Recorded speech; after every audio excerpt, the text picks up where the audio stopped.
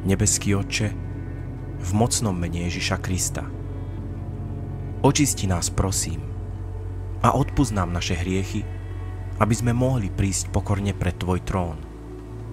Chválime ťa a vzdávame Ti všetku slávu. Ďakujeme Ti za dar ďalšieho dňa, aby sme mohli zažiť Tvoju lásku a dobrotu.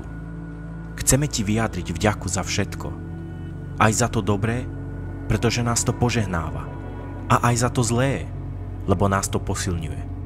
Dnes Ti kladieme do rúk tento deň. Budeme sa radovať z Tvojej milosti.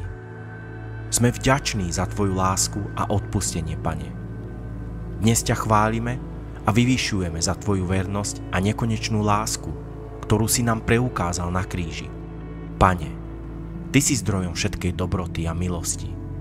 A ďakujeme Ti za Tvoju prítomnosť v našom živote, pretože veríme, že si s nami každý deň. Pane, pomôž nám, aby naše srdce bolo čisté, láskavé, milosrdné a pokorné. Nech naše slová a činy reprezentujú Tvoju prítomnosť. Bože, prosíme ťa o Tvoje vedenie a múdrosť. Ukáž nám správnu cestu a daj nám pochopenie, aby sme robili múdre rozhodnutia podľa Tvojej vôly.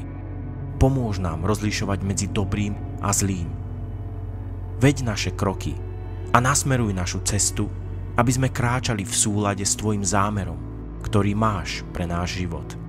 Ó Pane, nechceme byť ako tí, o ktorých hovoríš vo svojom slove, že ich nie je možné viesť k pokániu, pretože nanovo križujú Božieho Syna a vystavujú ho posmechu.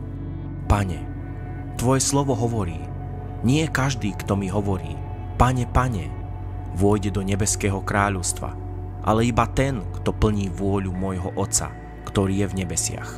Mnohí mi povedia v ten deň, Pane, Pane, či sme v Tvojom mene neprorokovali, nevyháňali sme v Tvojom mene démonov, nerobili sme v Tvojom mene mnoho mocných činov. Vtedy im vyhlásim, nikdy som vás nepoznal. Odíďte odo mňa, páchatelia neprávostí. Prosíme ťa, Pane, vylieč a naprav naše srdcia a mysle, aby sme neboli páchatelia neprávosti, ale aby sme plnili vôľu nášho nebeského Otca. Ďakujeme Ti za Tvoje slovo, ktoré je ako lampa, ktorá nám vedie kroky na tmavej ceste. Ty si náš stvoriteľ, Ty si ten, ktorý do nás vdychol život.